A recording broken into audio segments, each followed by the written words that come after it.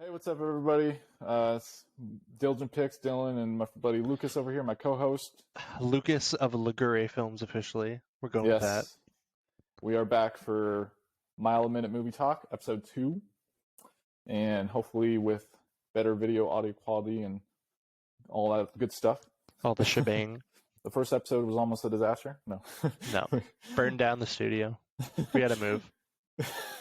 As you can see, yeah, I'm in a different place. I am on the opposite side of my room that I was in before.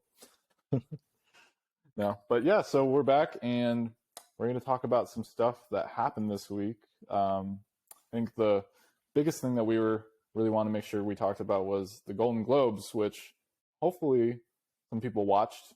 Yeah, yeah. We didn't really watch all of it. We had we tuned in. We had plans that day, which we'll get into that later. But we hinted at last time. Ooh. Yeah.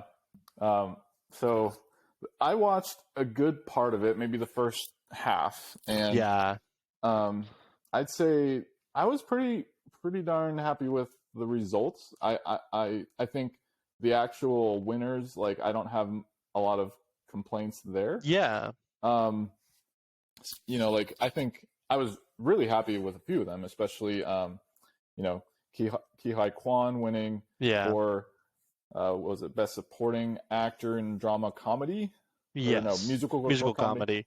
Yeah. And then obviously Best Performance by a Lead Actress, Michelle Yeoh. So, and then everything else, I think I kind of just was like, whatever on. There's nothing that I was like, oh, how did that win? Nothing crazy surprise. I was happy for Guillermo del Toro, but like that's a loaded nomination. Yeah. Anything but Turning Red, I would have been happy with, which is Puss in Boots, Turning Red, Marcel with the Shell with Shoes On, Inuo, and Pinocchio. So I was like, Pinocchio is probably the favorite. Yeah, I just loved the nominees for animation. Yeah, and so that was like a really good nominee. So I was pretty happy. Yeah, there was only so many of those nominees I've seen yet. I've seen Marcel the Shell with Shoes On as well as Inuo. And Turning Red, actually. Okay. I've seen a majority of them. Yeah, I've seen Turning Red, Puss in Boots. I haven't seen Pinocchio yet. Oh, you have seen Puss in Boots? Yeah, I saw that yesterday. Oh, okay. Well, we'll have to talk about it later. We'll get around to that, yeah. I do really want to see it. My biggest surprise, I think, was non-English.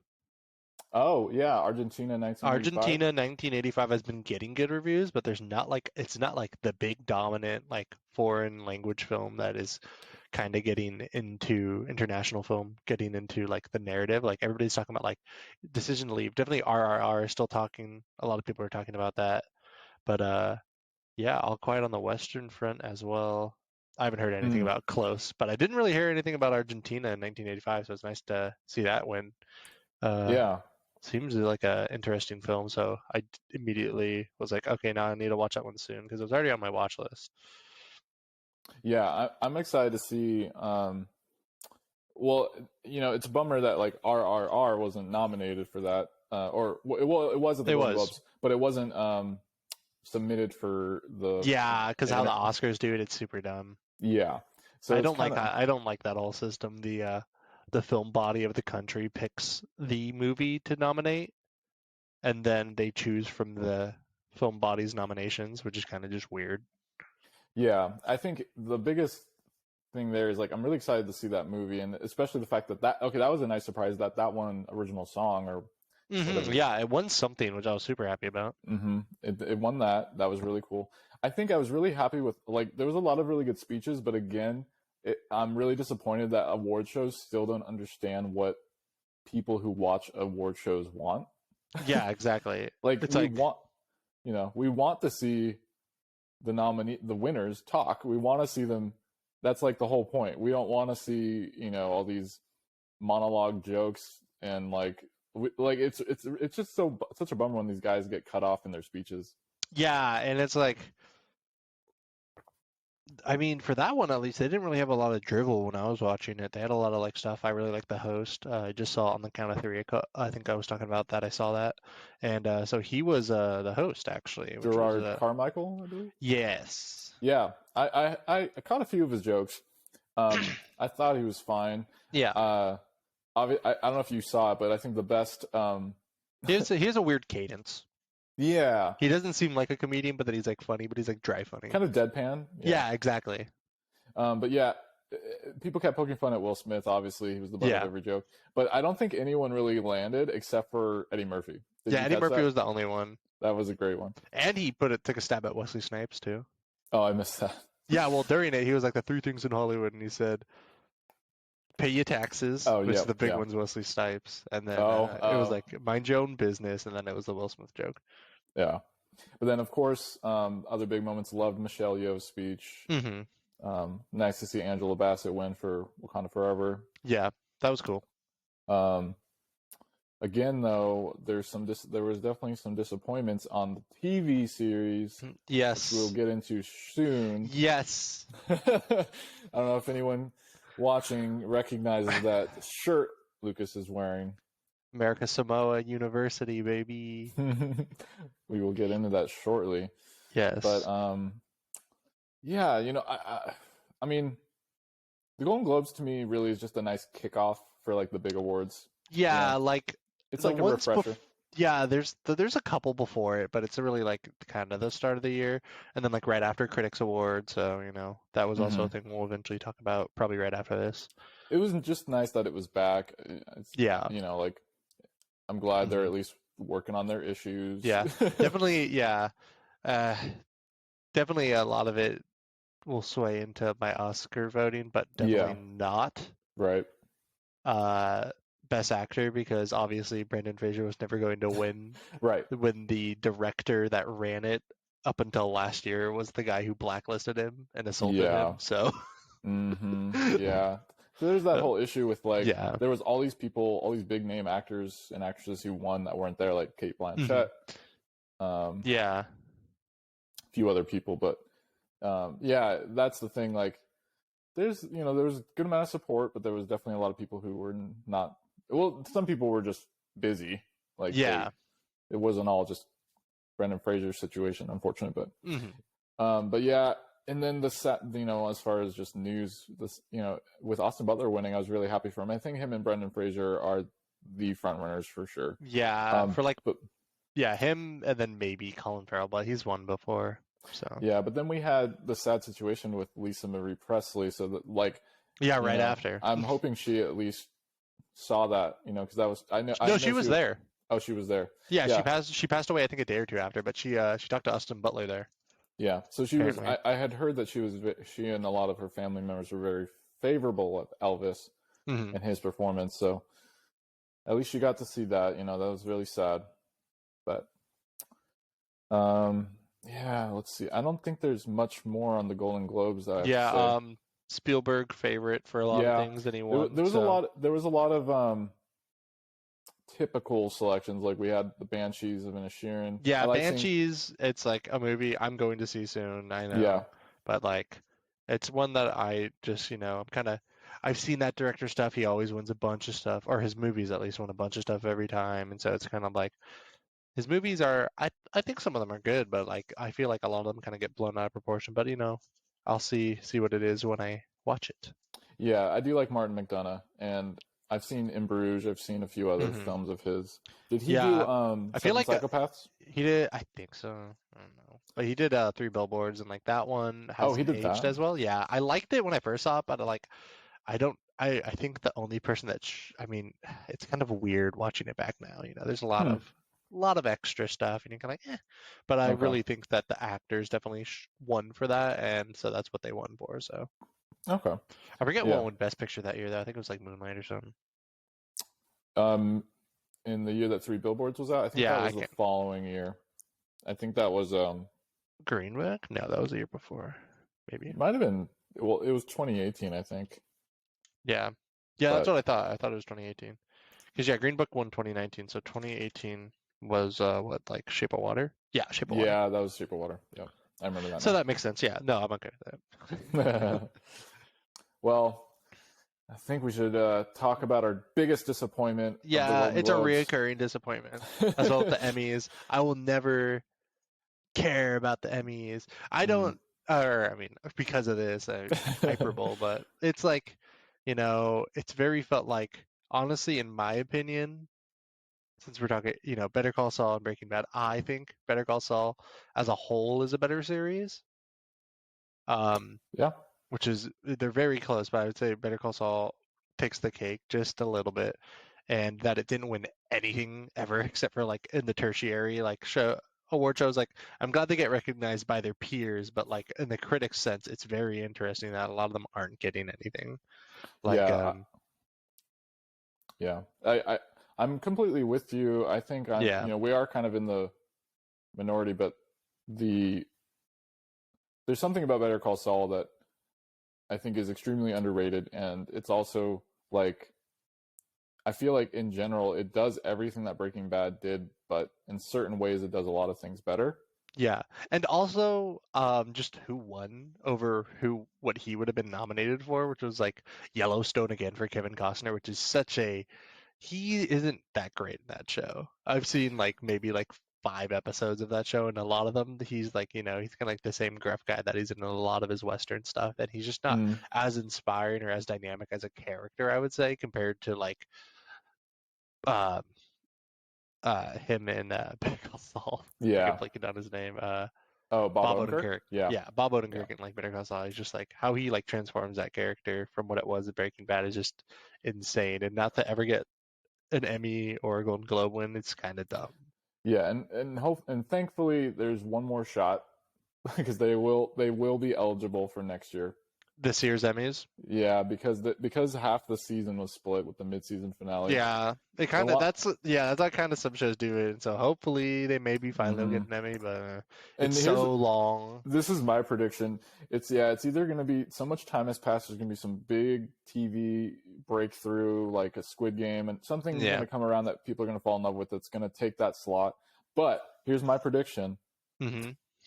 For like special guest in a limited, or limited role, like we're gonna see what's her name, Miss Burnett, Carol Burnett. Oh yeah, she's gonna win. I swear that's gonna be the only Better Call Saul award from the Emmys or the Globes or these big names. But we'll see.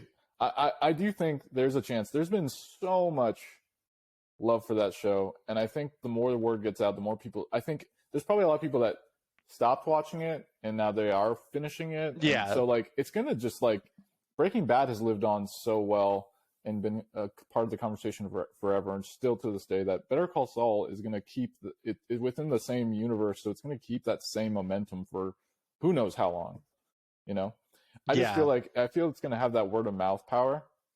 Yeah, and also I think that at least for some people, they're like, I never watched Breaking Bad because it was too violent for me or something like that. It's like, I don't watch a show about drugs. Well, the drama aspect of Better Call Saul is so like intense and like it's very character driven and like courtroomy and like a lot of behind the scenes for like the first 3 seasons with like some tongue-in-cheek humor and all that. It's super fun.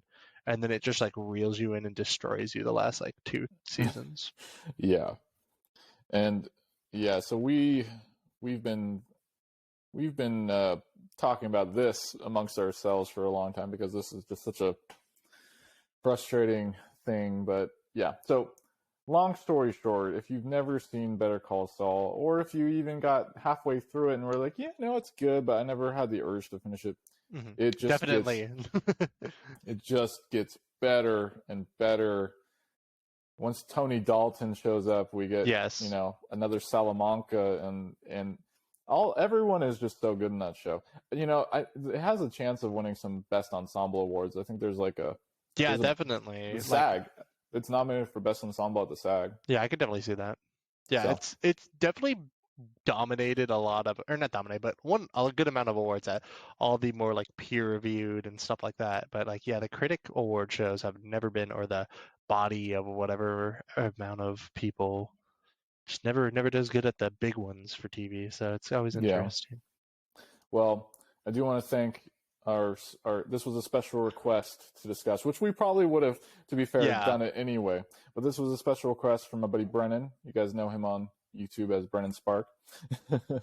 He is also a big Better Call Saul fan, and Lucas and I and him were separately having conversations about that last season and the last few years for a while. So Better Call Saul will live on, and we'll have to revisit this this conversation again in the future. If, yeah, when the Emmys come around. Yeah, if something else comes out. So, but hey, it had a great run. Yeah. So, but on that note, we should talk about some other stuff we've been watching recently. Yeah, should we go straight into? I think that we should preface with other shows that we watch because we can do that real quick. Sure. And then go into our watch with us that we had for this week. You go first. I'll go first. Okay, let me remember. So this week I had a movie hangout with one of my friends who used to work at the video store with me, where I met Dylan, Omar, who may or may not. I mean, not me.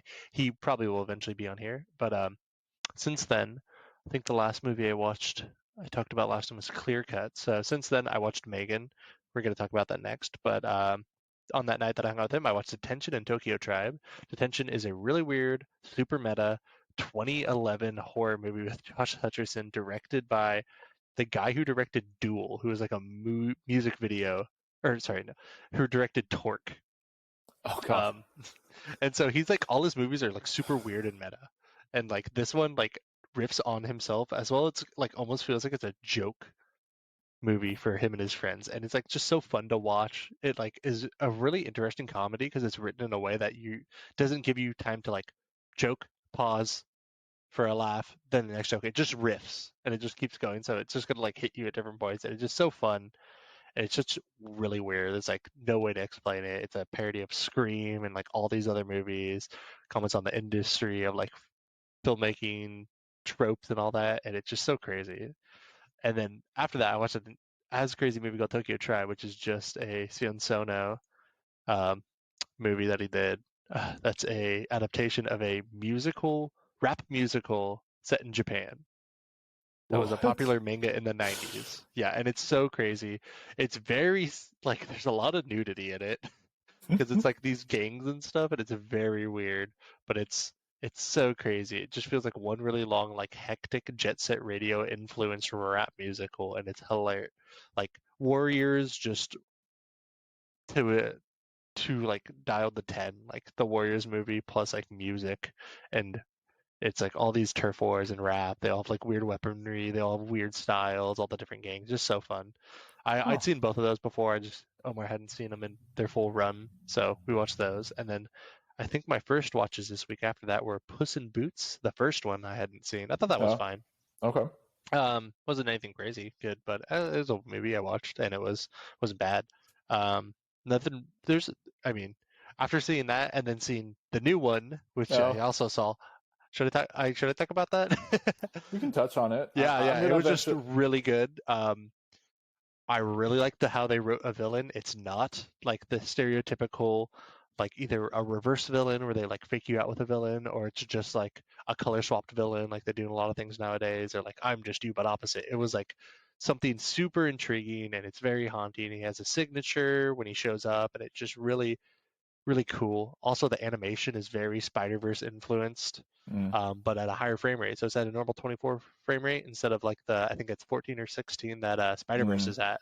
But it's like the same style, super colorful, super beautifully animated, and the story's like original enough that it's like really interesting to watch. I think the theater I went into, there wasn't really like that many kids. It was like an honest split of like families with kids, and then just like people going to see the movie because it's just been getting really good reviews.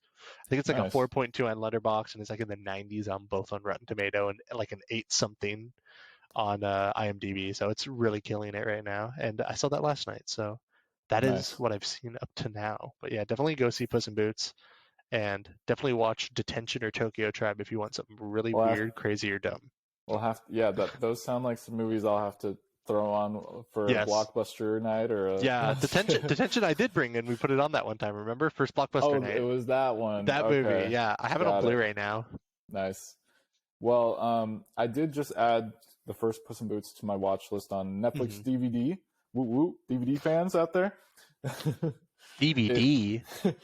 It's the Blu-ray. Yeah, I know. But yeah, so I recently resubscribed to the DVD Netflix for that nostalgia factor. I love it, and they have plenty of stuff you can still rent. It's crazy. They have a great giant selection. But so I've never seen the first Puss in Boots, so I'm going to watch that first. Yeah, Obviously, that's what I saw, and Yeah, it's got its stuff, but yeah. Like I mostly just want to see it so I can see. it definitely You have a yeah. feels like the end of that DreamWorks era when you watch it. Okay. Yeah, like part of me is like I'm just like why did I never watch this? But two, I want to see the evolutions now that we Yeah, have the new Puss in Boots, and I'm very excited to see that one. So those two I'm looking forward to seeing. So if and when I see Last Wish, maybe we can talk about that one a little bit more, yeah, or exactly. both of them. But yeah. So I watched a couple things this week.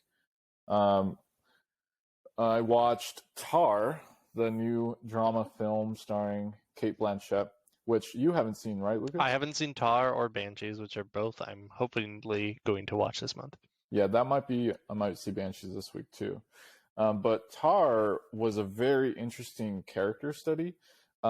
It deals with a composer who's not a real live composer, although Exactly. the film feels like it's a biography. It's so well done in that aspect. But it's about a woman who is struggling with all these accusations being thrown out that maybe she has some weird thing going on with her students and people that she encounters. She you sort of see it as like a slower paced film in the beginning, and then there are these elements in the background that slowly unravel, and then all of a sudden the film just kind of like speeds up in a way that's like it just hits you really quickly. It becomes kind of a thriller, and Kate Blanchett is phenomenal. I think she's absolutely I haven't seen every movie she's been in, of course, but it's probably one of her best roles, if not her best. I think she's very likely, along with Michelle Yeoh, they are both the front runners for Best Actress this year at the Oscars. It's a pretty long film, but I never found myself really that bored. I was into it the whole time. There were a few moments where I'm not sure where they were going with things, but it all kind of pays off. And yeah, I highly recommended that. I actually rented that from Netflix DVD. And that was a really good transfer for those of you out there, physical media lovers. Really good quality film. I watched Guillermo del Toro's Pinocchio, which you haven't seen, right, Lucas? Yeah, no, I have not, which I definitely will. So I watched that with my lady friend. We had a good time, and that film, so it is extremely well done. The animation is incredible. Of course, Guillermo del Toro has such a great vision, but the animation, stop motion has never been like my absolute favorite. I do appreciate it. I respect it because it's like I can't believe people actually make those movies because of how much time and effort goes into it. Watching this one, it's just like I'm like, how is this even real? Like, it's like I don't understand how people did it. And the quality is so good, but also I was surprised that some of the film is kind of a musical. There are music elements. I actually almost would have preferred that there wasn't as much music. Because the film itself has such a core drama to it with the family, with for those of you who might be unfamiliar with the Pinocchio story, Geppetto loses his son. He recreates a boy made of wood, and then he takes the spirit of his son, and basically he thinks he doesn't know who he is, but he tells a lie, and his nose grows and all that, and there's a lot of heart to it, and it really has a great emotional impact. So I was really happy with how it ended. I think the only issue I had with it was it feels like a movie that wants to be a little more adult, but also feels like it has to cater to kids. So there are parts of it that in the middle where you just kind of have that adventure, you have these like fun things or these interesting things happening. But I got a little, I would say I didn't get bored, but I could see some people watching it getting a little bored at some point. But it's also because the film is not super fast paced. It's not like an animated film like maybe Puss in Boots where things are so quick and fast like most animated movies are these days. It's nice and slow. So yeah, it's extremely well done, but I will say it's not perfect. But for Guillermo del Toro's vision, it's really great. Like it really hit me at the end too, emotionally. So Okay, yeah. it's a good one, and definitely one you'll have to see before the award season comes out. Another, did we want to touch on TV? We didn't touch, you had watched a little bit, some new TV, and I had watched a little TV, or do we want to save that? I mean, you could just throw it out there. So I did the season 2 premiere of Vinland Saga, which is a Vikings anime. Yes, very popular. Yeah, it's an extremely well done show. For me, it has a mix of like the Northmen and Game of Thrones drama and action, and it's incredible. And I'm really excited to see where the second season goes. There's a new studio, well, not a new studio, but a different studio, Mappa, who have taken over for Wit Studio. So who has taken over all of anime. Right. They've been animating almost everything, actually, but a very, very large amount. They did just Chainsaw Man, which yeah, just finished that. So yeah. So if you haven't seen Vinland Saga, right? So that's one I definitely, when you're looking to start a new one, it's on Netflix. That's one I've been wanting to read the manga first because I've heard the manga is really good. Manga. I have a friend who read the manga, and he got bored at some point, and he has not watched the show. He didn't finish it though. He just got bored. He did not. He wasn't a fan of the direction the series takes after the first, like the prologue after the first season of the anime. Yeah, it starts to slow down a little bit, and there's not as much action. But I won't say why, because I'm not exactly sure, but I've seen a bunch of farming jokes about it. So, but yeah, so that is just a fantastic series. So I'm really excited. It's a weekly episode thing they're doing on Netflix right now, which is cool. I haven't seen that many situations where they've done that with anime. But yeah. So, and you watched something? Yeah, I watched. I don't know if I talked about it last time or not. I just remembered. I started and finished Severance on Apple TV. Oh, yeah. I don't think we talked about that. Yeah, that was really good. What's his name? Directed by Ben Stiller and Adam. What's his name? Adam Scott. Adam Scott is the main actor. Really good cast. Mark Totoro, Christopher Walken's, and I forget her name. She's a female actor. She was really good too. But yeah, I really like that series. Definitely don't see it going more than 2 seasons, but if it does, it might overstay its welcome. But it was really good so far. Is it two? Is it 2 currently, or it got renewed for a second season? Gotcha. But it ends on a cliffhanger for season 1. Got it. But very well paced, like mystery, corporate kind of thing.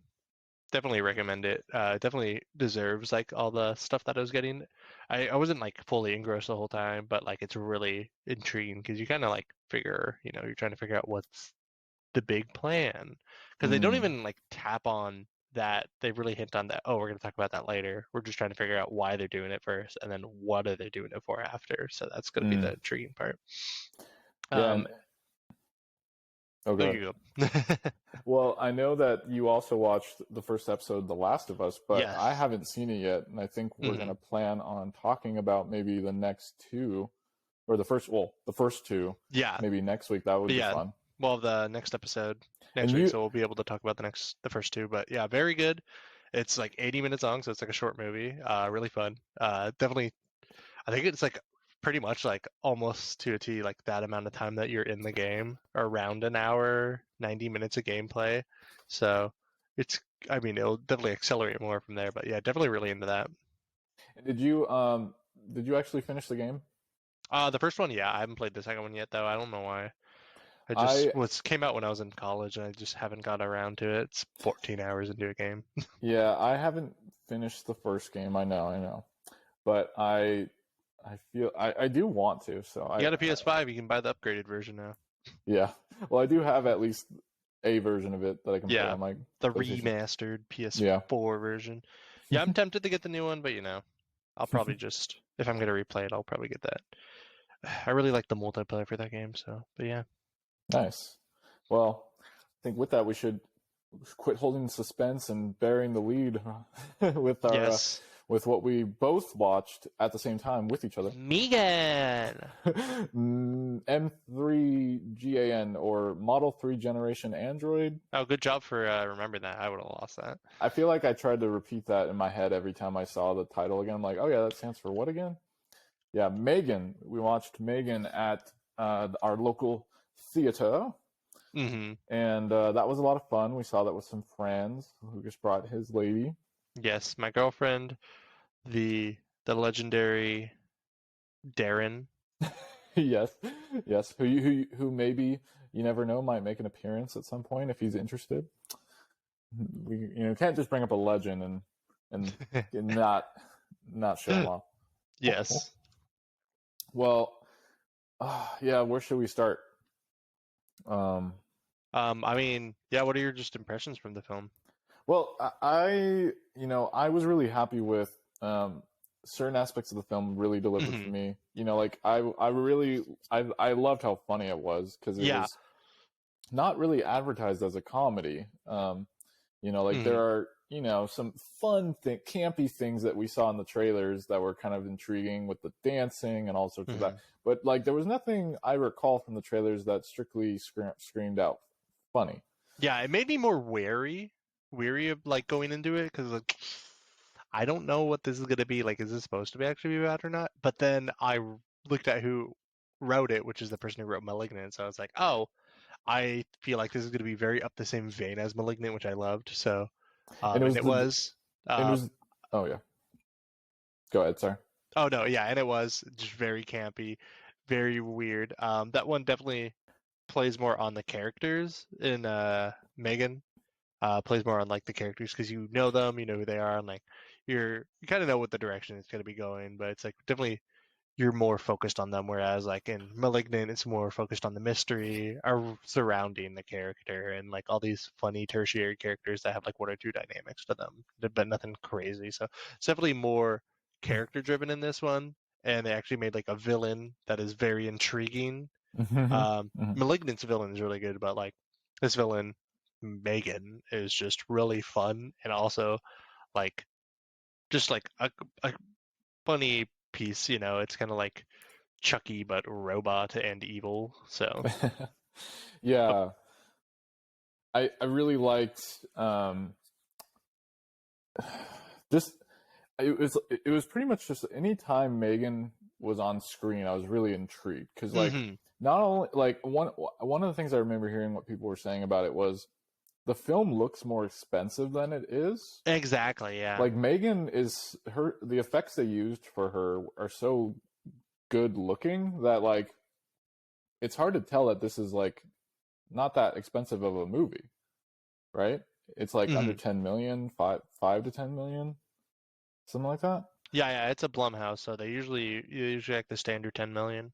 And it was 11.7 or 11.5, because I know it, or no, 12.5, because it made 11.7 on its opening day. They were like, it almost made its budget back in one day.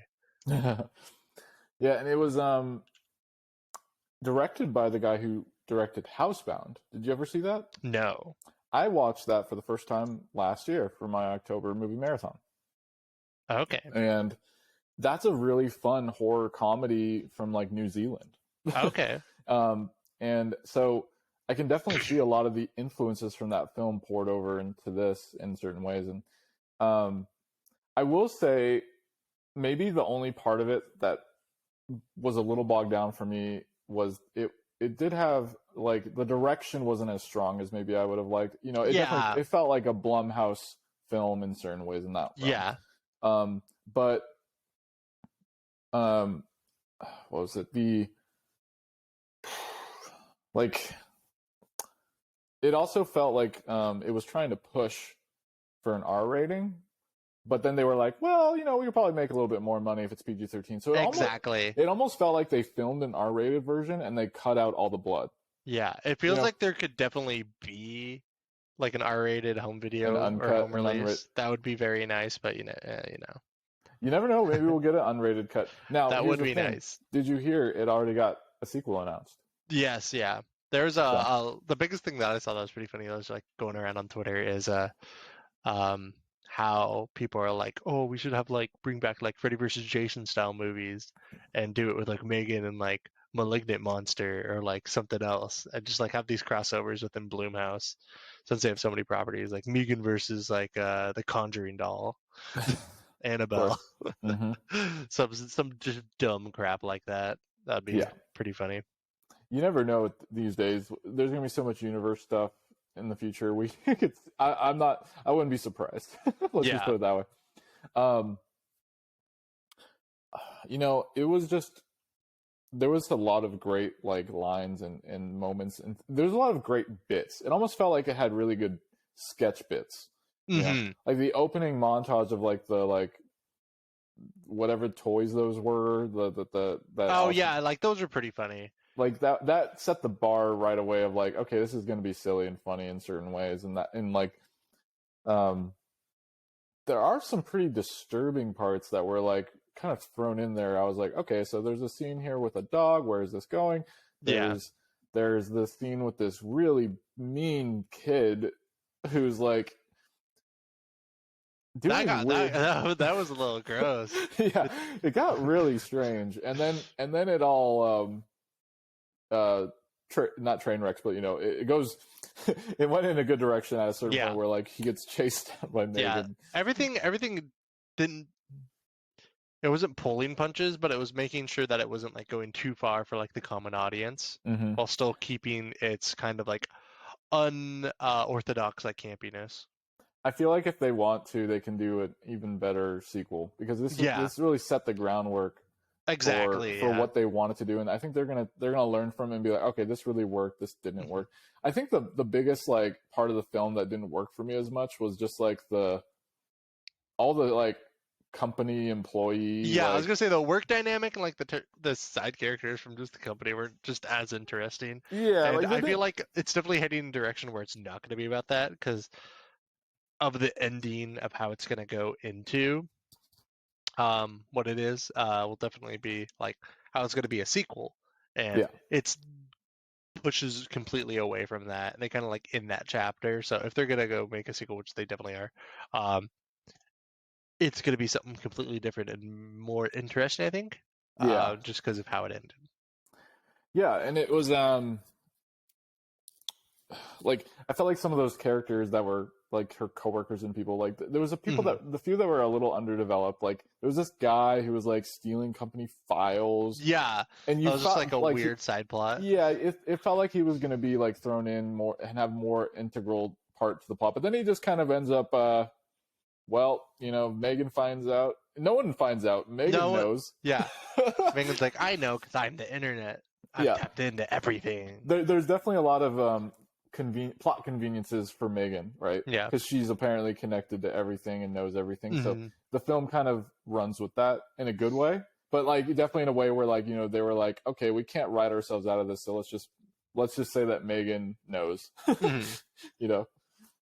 But yeah, no, I think it was a really fun time. Definitely a good one to see in the theater, because you get a lot of good laughs. Our theater wasn't that packed, but we had we had a nice group, and it was 4 of us, so at least we had more than like just you and me. Yeah. The music in it was hilarious. I thought their choice of music was the most random songs from the last 20 years. And then they had like the old lullaby to throw in there. That was hilarious. The fact that we had her sing. Lullaby that was Titanium by David Guetta and Sia, which is hilarious. And then we had a piano rendition of Like a Toy Soldiers by Eminem. I was like getting like weird, but I was just like, listen, like, bro, is this like a Toy Soldier?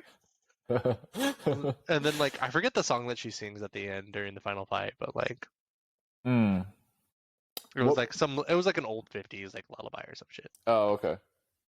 Yeah, because I remember, did she sing Firework? Or no? It was Titanium. Put me down and I won't crawl. Oh, okay. Because she definitely, and then, she sang a song when she was trying to comfort the daughter. In the bed, that was Titanium. No, not that scene. There's the scene where they're doing the like promotion marketing thing for M3GAN, and she's really sad, and she goes and comforts her, and then she like breaks into song about something.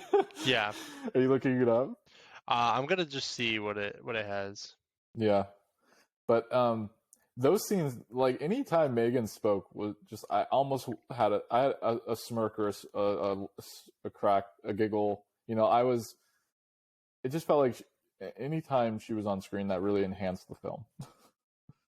Because she was just such it was an original song called "Tell Me Your Dreams." Oh, okay. Interesting. Yeah. So no, that really added to the film. It was like a Disney like little vibe too, just like the Rising. Yeah.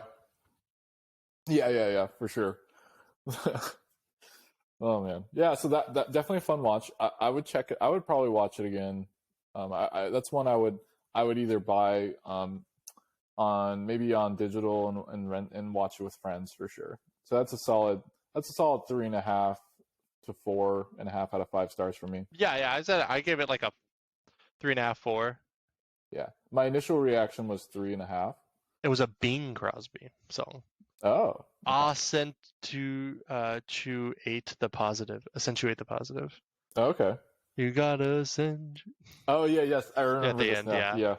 Yeah, that was funny. I think it's definitely like certain with the campy movies, unless they like really like Detention, are just like really in there in like my heart, and I just love them and I quote them all the time. They're usually a solid like 3.5, a 7 to an 8.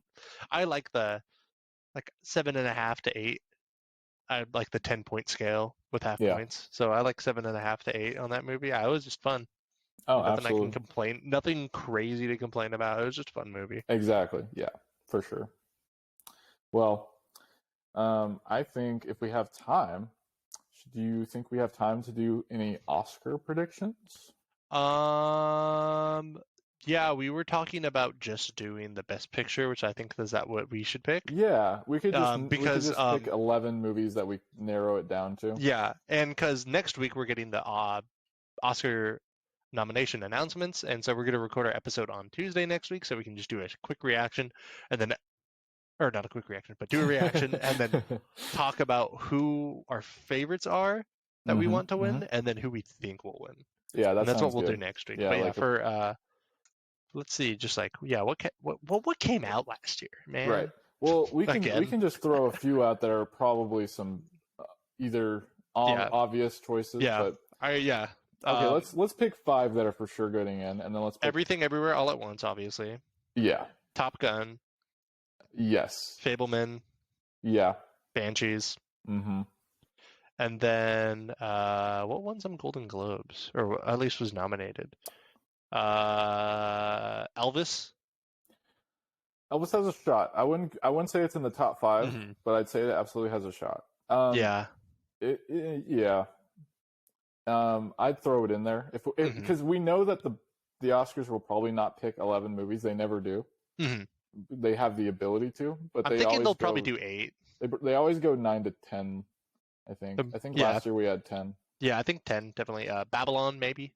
I think Babylon. It's getting a lot of nominations from everyone and all the shows. I think Babylon will get nominated for a bunch of awards, but I don't know if it'll be. I don't think it'll win Picture. anything. I think it'll maybe get soundtrack again or something like that. Best production, Yeah, I almost don't think it will be nominated for Best Picture, but we have seen some lower, like mixed reviewed films get Best Picture nomination before.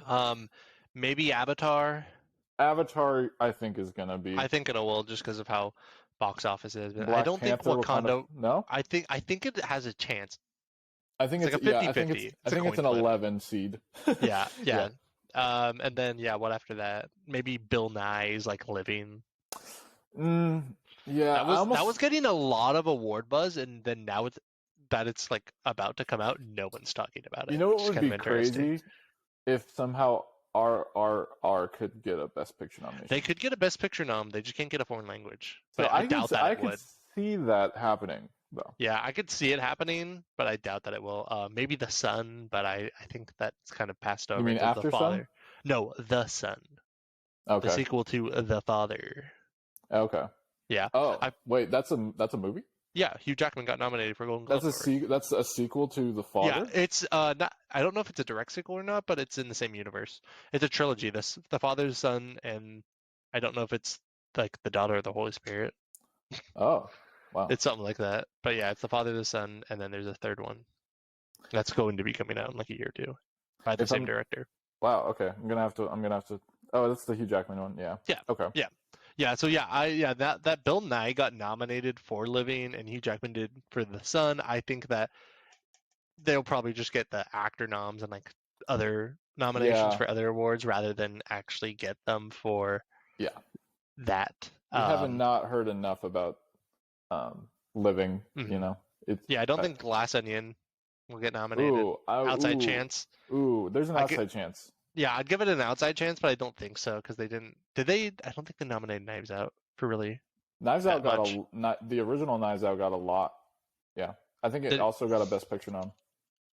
It won original screenplay. Yeah. And this time, Knives Out, Glass Onion is likely going to get adapted. It only got nominated for Best Original Screenplay. Oh, really? Yep, that's all I got nominated for. Well, I could see Knives Out. I could see Glass Onion being at least adapted screenplay. Yeah. Yeah. So one that we're forgetting, I think, will be a Best Picture nom is Tar.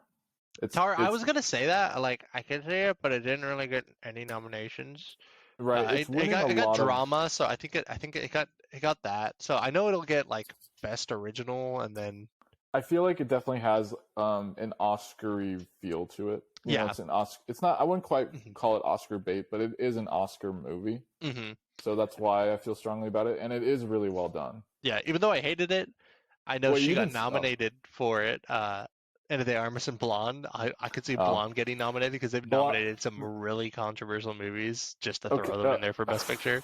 Okay, I will not put Blonde in our final 11 because I'm not going to. I'm just saying, on the outside chance, I could totally see them doing. I could see Ana de Armas getting nominated, and I could see one or two more nominations for like production design or something. Yeah. But no. Yeah. Do you see any international films? Have I seen any? No. How do you think any? Oh. Like, what's the favorite? The only one of the international films getting a Best Picture nom, I think, is RRR. I haven't heard enough about anything else. Yeah, Decision to Leave's getting a lot of love in the film kind of more Buffy community, I guess. Like, and a lot of the like critics are like, "Oh, it's so good. It's like Vertigo." Blah blah. Yeah. Talked about it last time on last episode. But Decision to Leave, I think that's one of the better ones. But Argentina 1985, All Quiet on the Western Front, I think is maybe the closest, I would say. All Quiet on the Western Front might. For a Best Picture nom? I would say that on the outside, a very outside chance. Okay. But I would say I don't think any international films, except for maybe RRR, just so they can give it some love. One other one I don't think we've brought up, well, I slightly mentioned it, but is After Sun, which I haven't heard a lot about, but that is winning some awards for sure. Yeah, that one is, I don't think it'll get it's got really any Oscar nominations because it didn't get. It's got this big up and coming actor in Paul Mescal, who's now going to be in Gladiator sequel. Yeah, but I just don't think it's the movie that'll get nominations. Yeah, it's just too late to the show. Yeah, you know, it's like buzz is just picking up, and I think it's a really good film. I haven't seen it yet, but I think it's a really good film, and it has a chance to get like some nominations, but I don't think it'll get even close anywhere. I think there's a very good outside shot for Pinocchio. Yeah, I could definitely see that. Triangle Sadness got nominated for a Golden Globe. I could see that getting nominated for. I think Best Triangle Picture. Sadness has a chance. Mm-hmm. Yeah, are you looking at like the ones that were nominated for that? Yeah. I was looking at their nominations because on like this predictions, they say Top Gun, Fabelmans, Banshees, Everything Everywhere, Tar, Elvis, Black Panther, Quiet on the Western Front, The Whale. I don't think so. I could see it, but I mean I know it won't win. I'm really not sure yet. Yeah, but I see it. It'll get some nominations. And then Living they have at 10. Huh. So yeah, it's just you have to. The voters are completely different. Yeah. Bunch of older American, but this time, usually white dudes. But this time the Academy has expanded a lot. Yeah. So the chances of some more obscure picks getting nominated, or more, not obscure, but more indie or more, just less Oscar baity. Yeah. Another one that I think will get in probably is Women Talking, because we don't have a lot of there are like 5 female directed films that are kind of circulating around now, and I think that's probably the one that's the most prominent in terms of winning the most awards and probably going to be seen the most. Yeah, because if I'm looking at looking at this list, they don't have one female director nominated for Best Picture, and that probably that's why I feel happen. like Women Talking is the highest. Like the Oscars will have to include one. I don't know if they'll include a female director this year for Best Director, but they have to include a female directed. Yeah, Best Picture. I could see Women Talking. I don't think She Said really has a chance. What about The Woman King? Do you think that one has a chance? I think that might get a Best Actress, Lead Actress. I just don't think it'll get. I could see it on the outside chance. I'd put it in like the 15. One thing that I've heard great things about, but no one is really talking about it. Unfortunately, it came out like in August or September, I think. Well, right at the end of summer. Yeah, I was gonna say though, another film that I've heard a lot of, I've heard it's really good, but like no one is talking about it, is Till. Oh yeah, that movie that didn't really do good at our theater, but yeah, it's just like everybody's kind of forgot about that movie. Yeah, that's what I mean. But from what I know, that I feel like Danielle Deadwyler is like 100% getting an actress nominee. But yeah, the movie is just not getting enough traction. Yeah, I don't think they're pushing it. And then the same with like a movie like She Said, which is a big topic, but that's where I feel like the Oscars might. That could be like the number 11, where like the Oscars throw it in there just because it is so central to. Yeah, it's hard to pick the like bottom 4 that probably won't win, just because it's a lot of like signaling to certain things to like make people happy. Just because there's a lot of things that they'll want to pick, like, because they're more keen about it instead of just nominating some random movie by a director who's been nominated a bunch of times and he won't win, but here you go, here's another nomination. It definitely diversify it and at least give some more appreciation to films that haven't been. So yeah, I definitely could see Aftersun in that region, but I definitely feel like they'll focus on different demographics or just like something more independent. So here's my thought. Let's go one movie at a time until we get 11 that we agree on. Okay. All right. Everything Everywhere All at Once. Yeah, that's an obvious. Banshees of Inisherin. Babelman. Yep, that's 3.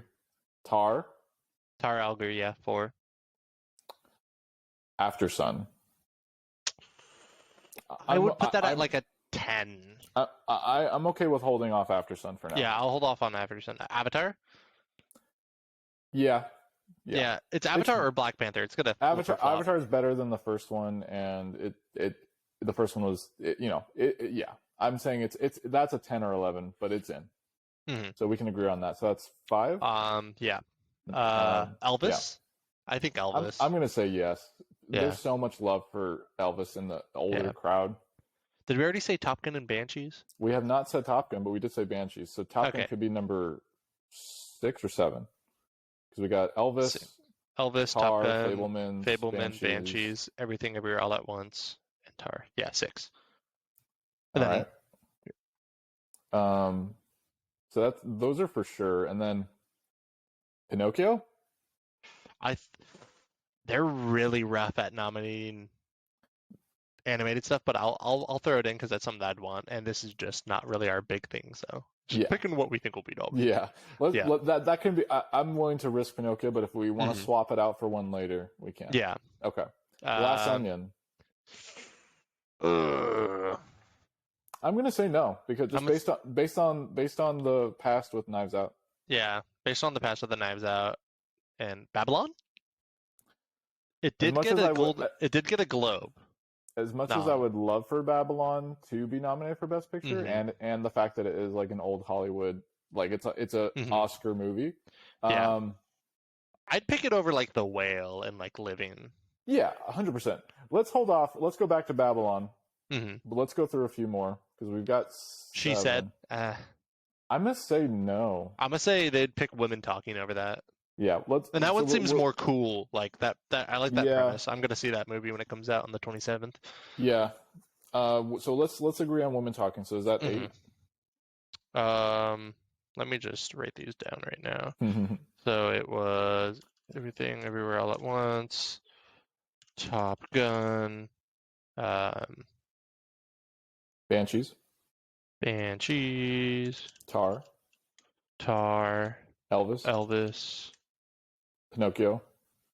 Pinocchio, women talking,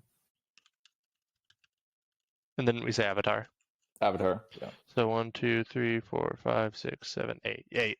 Okay, we got 3 more. RRR. I like that. I just think that'd be super funny if it didn't get nominated for an international. I would love if that happened. Yeah. I think that's our like fun pick. Yeah. And I really definitely want to get see song. This wasn't a good year for song, so I definitely think that it's a favorite for song. Okay.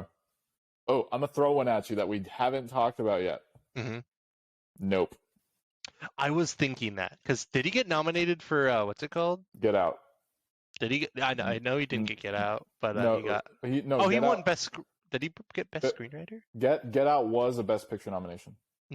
Oh, it was, yeah. It got best, and he won best screenwriter for something. I was like Us or something. I'm pretty sure he probably won screenplay for Get Out. I think he won screenplay for Get Out. Nope just came out like at a time, which is kind of weird. But if we're going for like, because that would be 9. I kind of like that, and then that also fits into like a category of getting a different type of director, and also he's kind of becoming now an award favorite just because he kind of broke that mold originally. And Nope is good enough. Okay. They have a lot of scenes that they'll show from that, Yeah. It just looks good. Looks good to show during the show. Yeah. Okay. The Whale? I don't like it for Best Picture. Yeah, I don't think so either. I think maybe Best Original Screen or Best Adaptive Screenplay and Best Actor. Yeah. What about and maybe Supporting Actress? Probably. Yeah. For Sadie Sink. What about The Woman King? No, I just don't think that they would do that. I don't think I don't think it's enough of an Oscar movie. Yeah, I would give it 11 if I were like actually a voter, but all right. Throwing another one in that we haven't talked about. The Batman. I doubt that's gonna get anything. Same with like Northman. Batman and Northman are gonna get nothing. But hey, Dark Knight. The Dark Knight was a nominee, right? Yeah. I think Babylon would round out the 10.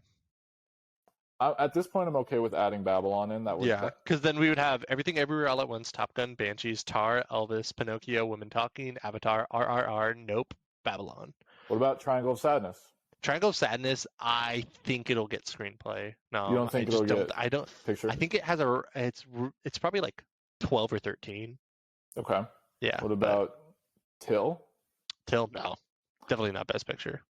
I still feel like we should reconsider She Said. I think Women Talking has gotten way more press than She Said. Did we don't have Wakanda Forever in there? Yeah, we don't. Should we? I feel like Black Panther was a Best Picture nominee. Yeah, Black Panther was, and then we'd have to get rid of another one though. So it's kind of like that. We're nominating 11. I think that's 11. Oh, I'd put Black Panther then. Yeah, I definitely won't win, but I think it definitely has like the, they kind of want to get those people to watch it. All right, Marvel fans and all that. Yeah, let's see what our list is, and then let's see if there's any other possible contenders. Top Gun, Everything Everywhere All at Once, Banshees of Inisherin, Tar, Elvis, Pinocchio, Women Talking, Avatar, RRR, Nope, Babylon, Black Panther. I'm very happy with this list. I mean, there's a lot of risks. There's like 3 in there, 3 or 4 that are really risky. We have 12. Oh. We should probably take out Nope.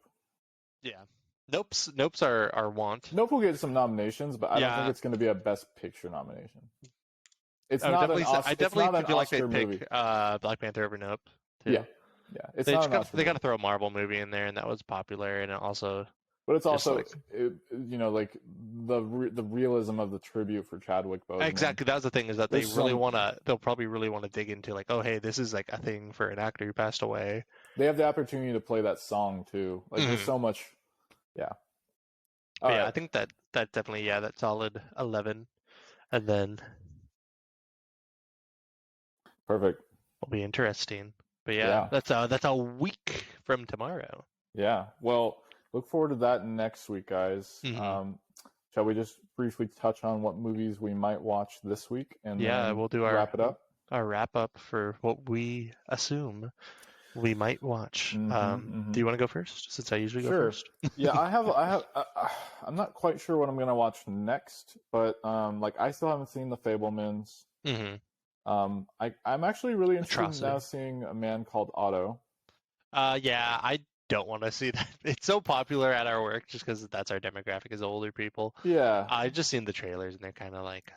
I'm trying to avoid the trailer, but I watched a review. There's a really bad race joke in the trailer. Oh, to try to like play on it, and like they're like, haha, we're making a joke of a joke on race, and it's like kind of just feels weird, and it's like this is gonna be like most of the movie. It seems really sad too. I think he's like suicidal in it. Yeah. It's like I'd rather just watch The Whale. Yeah, which might be that has a higher chance. So The Whale's probably up there for me. Yeah. I do want to see Triangle of Sadness. I do want to see After Sun. That one's only in weird theaters around here. We don't have anything close, which kind of sucks. To throw some kind of random ones, Roald Dahl's Matilda the Musical. Yeah, I do want to see that at some point. I loved Matilda growing up, the '90s one. Plane. Oh, don't say Gerard. It's Jared Butler. Apparently, he's been wanting people to say Jared Butler his entire career. Just like Brendan Fraser said, Brendan Fraser. Oh no, Frazier. I think he said in an interview, he's like, "Call me Fraser." That's how you pronounce it. Yeah. Well, RRR still on my list. All Quiet on the Western Front. Bones and All. Haven't seen that. We were talking about maybe seeing Skinamarink. Yeah, I'm definitely gonna probably see that within the next week. So yeah. Sorry, I'm just going off my whole 20 watch list, movie list here. There's that movie I was telling you about, Sick, which is a Peacock original horror film. Yeah. Which I just discovered today. I think I saw the trailer for it. The Wonder with Florence Pugh on Netflix. Oh, yeah. That one seemed really like it was going to get some possibly grown to Oscar buzz, but it just died. Yeah. The Fallout, I never saw that with Jenna Ortega on HBO Max. Emily the Criminal, been wanting to watch that. Yeah, that's definitely something. Heard good things. Lady Chatterley's Lover, Netflix.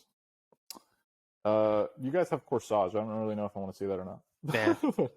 Austrian movie about the Austrian Queen of Elizabeth, not the English one. Do you want to eventually see Hustle? Oh, yeah. Adam Sandler. Broker. Think we're going to try to see Broker? Yeah, I'd say for me, it's Broker, Skinamarink, and then I know I'm seeing The Whale next Tuesday night, so I probably won't have seen it for the next episode, but I will have talked about it. And then last but not least, 13 Lives. Never saw that. Yeah, so I think because I'm going on a trip for the next 4 days, so I'm probably only going to see Skinamarink, Broker, and that, and then maybe some random ass movie I watch in the hotel with my girlfriend. So there you go. Well, so I think we're gonna try to see Broker. Yeah. We'll plan on that for now. Yeah, I'll put that down as our watch with us is Broker, because I feel like that's gonna be my highest priority to watch that movie. Yeah, because it's not gonna be around for that long. Exactly, and it's at my work, so. Yeah. I'll watch The Last of Us, so we can talk about that. Yes, Last of Us. And so watch with us, Last of Us. Yeah. I'm probably gonna watching Puss in Boots, the first one. I don't know if I'll watch both, the first and the second. So probably that's where I'm looking at for this week. A couple. Nice, yeah. Puss in Boots we could definitely talk about next week too. So if you haven't seen it, hopefully he sees it and then we can. Yeah. If not, eventually. Okay. Well, do you have any last parting words? No, I don't think so. I'm just excited to see what gets nominated so I can hate watch the Oscars and be mad what didn't get nominated. We covered a lot of ground this week. Yeah. Yes. Definitely will get more interesting or more, I guess, highly regarded in what we're watching, just as Oscar season rolls closer. Yes, and my Oscars. my watch list might take a 180 once we get all the Oscar noms, and that's basically that might end up being my entire watch list. Yeah, I need to get better with my watch list. I need to go get a new app for my watch list or something. Yeah, it's tough, but I think I have a good system right now, and I'm just gonna keep rolling with it until it breaks. Yeah, exactly. So, but yeah, well, I think we did good. It looks like we're almost 10 minutes shorter than last time. Woo woo! Woo! Condensed milk of a podcast. There you go. Well, we shall say goodbye to everyone and yes, thank you for tuning in. If you tuned in last week, yeah, we got at least 50 views. Thank you so much. Yeah, thanks. Very cool. We Hopefully. are looking to expand to a couple different platforms soon. Yes. Soon I will be uploading episode 1 under the same name, Mile Minute Movie Talk, on Spotify and Apple for podcasts. So hopefully we'll be on there within the next week and essentially just be uploading those. It's pretty easy for me once I just get it all set up. So nice. All right. Well, if you guys enjoyed this, let us know. Let us know what you want us to talk about. If you have any requests, like Better Call Saul, we love taking requests for things we love talking about. So yeah, anything that's topical, just tell us and we will probably talk about it. Yeah, if we know something or anything about it, we will probably talk about it. Even if we don't know anything about it, we might just go ahead and talk about it for you. Exactly. Ask us a question or just let us know what you want us to do. We are here to serve. Yes, exactly. All right, everyone. Thank you. Thank you very much. Yeah, and look forward to more to come.